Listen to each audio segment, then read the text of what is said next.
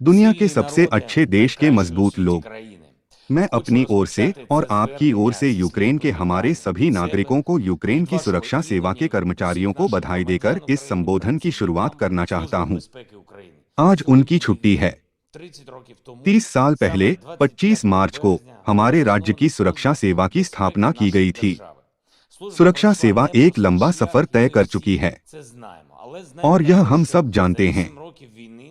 लेकिन हम यह भी जानते हैं कि डोनबास में युद्ध के 8 वर्षों के दौरान और यूक्रेन पर रूसी आक्रमण के इन 30 दिनों के दौरान सुरक्षा सेवा के कई सदस्यों ने खुद को सबसे अच्छा, सबसे वीर दिखाया है। वे राजसी, साहसी और दुश्मन को नुकसान पहुंचाने में सक्षम साबित हुए, जिसकी उसे उम्मीद नहीं थी।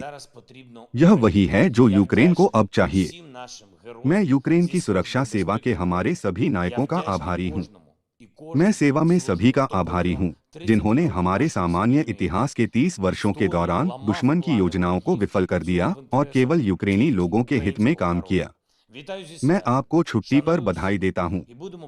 मैं सबका सम्मान करता हूं और हम हमेशा सेवा के सभी कर्मचारियों को याद करेंगे जो दुर्भाग्य से लेकिन यूक्रेन के लिए रूसी आक्रमण का मुकाबला करने के लिए कार्य कर रहे थे। शत्रुता के इस महीने के दौरान यूक्रेन की सुरक्षा सेवा के 77 कर्मचारियों को राज्य पुरस्कारों से सम्मानित किया गया। उनमें से 2 को मरणोपरांत यूक्रेन के हीरो के खिताब से नवाजा गया। दोनों ने कीव क्षेत्र के मकारोव के पास की लड़ाई में खुद को प्रतिष्ठित किया। उनके साहसी कार्यों के लिए धन्यवाद। दुश्मन मुख्यालय और 20 से अधिक आक्रमणकारियों को नष्ट कर दिया गया। मैं अपने नायकों के नाम नहीं बता सकता, यह सेवा की विशिष्टता है, लेकिन मैं विश्वास के साथ कह सकता हूं, उनकी स्मृति वास्तव में शाश्वत होगी। आज मैंने यूक्रेन के 63 कानून प्रवर्तन अधिकारियों को राज्य पुरस्कार देने पर एक डिक्री पर हस्ताक्षर किए। उनमें से 7 को मरणोपरांत सम्मानित किया गया। पुलिस, बचाव दल, सीमा रक्षक, राज्य जांच ब्यूरो के विशेष अभियान बल और न्यायिक सुरक्षा सेवा के सदस्य, मैं सभी का आभारी हूं। पिछले एक हफ्ते में हमारे वीर सशस्त्र बलों ने दुश्मन पर शक्तिशाली प्रहार और महत्वपूर्ण नुकसान किए हैं। कहा जाता है कि रूस के रक्षा मंत्री कहीं गायब हो गए हैं। मुझे आश्चर्य है कि क्या वह व्यक्तिगत रूप से चोर्नोबायव का जाना चाहते थे। मैं अपने रक्षकों का आभारी हूं, जिन्होंने आक्रमणकारियों को दिखाया है कि जब कोई तूफान नहीं होगा तब भी समुद्र उनके लिए शांत नहीं होगा, क्योंकि आग उन रूसी जहाज़ों की तरह होगी जो इस सप्ताह बर्दियांस्क बंदरगाह से एक प्रसिद्ध मार्ग पर रवाना हुए थे। मैं यूक्रेन के सभी गद्दारों को चेतावनी देना चाहता हूं, जिन्होंने कुछ साल पहले क्रीमिया में दुश्मन का साथ दिया था।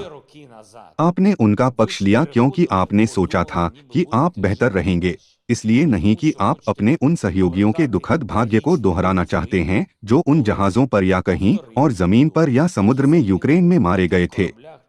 खैर, ऐसे ही जीव। इसका मतलब है अपने शहरों और अपनी सेना से दूर रहना। इस युद्ध में मारे गए रूसी सैनिकों की संख्या पहले ही 16,000 से अधिक हो चुकी है, जिनमें वरिष्ठ कमांडर भी शामिल हैं। मारे गए रूसी कर्नल जनरल या एडमिरल पर अभी तक किसी ने रिपोर्ट नहीं की है, लेकिन आक्रमणकारियों की सेनाओं में से एक के मारे गए कमांडर और काला सागर बेड़े के डिप्टी कमांडर के बारे में पहले से ही जानकारी है। सशस्त्र बल देश के दक्षिण में, डोनबास में, खार्किव दिशा में और कीव क्षेत्र में दुश्मन के हमलों को दोहराना जारी रखते हैं। रूस के कार्यों को रोककर हमारे रक्षक रूसी नेतृत्व को एक सरल और तार्किक विचार की ओर ले जा रहे हैं। हमें बोलना चाहिए। हमें सार्थक, तत्काल और ईमानदारी से बोलने की जरूरत है और हमें परिणाम के लिए बोलना चाहिए, विलंब के लिए नहीं। 16,000 रूसी सैनिक पहले ही मारे जा चुके हैं। किस लिए? यह किसको क्या देता है? बातचीत गंभीर होनी चाहिए। यूक्रेन की संप्रभुता की गारंटी दी जानी चाहिए। यूक्रेन की क्षेत्रीय अखंडता सुनिश्चित की जानी चाहिए, यानी शर्तें निष्पक्ष होनी चाहिए और यूक्रेनी लोग अन्य शर्तों को स्वीकार नहीं करेंगे। सप्ताह के दौरान हम 18 मानवीय गलियारे स्थापित करने में सफल रहे। कुल मिलाकर हमने अवरुद्ध शहरों से 37,606 लोगों को बचाया। विशेष रूप से हम 26,477 मारियुपोल निवासियों को मारियुपोल से जापोरिजिया तक मानवीय गलियारे के माध्यम से ले जाने में कामयाब रहे। शहर में स्थिति बिल्कुल दुखद बनी हुई है। रूसी सैनिक शहर में किसी भी मानवीय सहायता की अनुमति नहीं देते हैं। वे अपने प्रचारकों के लिए मारियुपोल के लोगों को प्रस्तुतियों में इस्तेमाल करते प्रतीत होते हैं, यह दर्शाते हुए कि उन्होंने लोगों को मानवीय सहायता वितरित करना शुरू कर दिया है। मैं अन्य देशों के लोगों को आक्रमणकारियों के इस तरह के घृणित निंदक के बारे में हमारे वीर शहर मारियुपोल और यूक्रेन के अन्य शहरों के नागरिकों के खिलाफ रूस के सभी युद्ध अपराधों के बारे में विस्तार से सूचित करना जारी रखूंगा। बहुत जरूरी है। मैं इस बात पर जोर देना चाहता हूं कि मैं न केवल राजनेताओं और सरकारी अधिकारियों को बल्कि लोगों को भी सूचित करूंगा। ग्रह पर हर किसी को यह जानने की जरूरत है कि रूस क्या कर रहा है, कि यूक्रेनी लोगों के खिलाफ अपराधों की जिम्मेदारी रूसी सैनिकों के लिए अपरिहार्य और यथासंभव गंभीर हो गई। अकेले सप्ताह के दौरान मैंने नाटो, G7 और यूरोपीय संघ के नेताओं के शिखर सम्मेलन से पहले इटली, जापान, फ्रांस और स्वीडन की संसदों को संबोधित किया।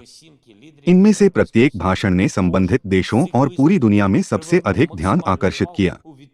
समीक्षाओं से पता चलता है कि यूक्रेनी स्थिति को सुना गया था और ऐसे भाषणों में यही मेरा मुख्य लक्ष्य है। आप अच्छी तरह से जानते हैं कि रूस ने राज्य प्रचार की कितनी शक्तिशाली प्रणाली बनाई है। उन्होंने इस पर दसियों अरब डॉलर खर्च किए हैं और खर्च कर रहे हैं। दुनिया में शायद ही किसी ने झूठ पर इतना पैसा खर्च किया हो, लेकिन उन्होंने एक बात पर ध्यान नहीं दिया। जहां झूठ का रास्ता पैसे से बनाया जाना चाहिए, परिणाम की गारंटी नहीं है और सच्चाई का मार्ग कठिन है। सत्य का मार्ग स्वयं प्रशस्त करता है। मुख्य बात ईमानदार होना है। अगले हफ्ते मैं अपने हितों, यूक्रेन के हितों, स्वतंत्रता और स्वतंत्रता के हितों के लिए इस महत्वपूर्ण कार्य को जारी रखूंगा।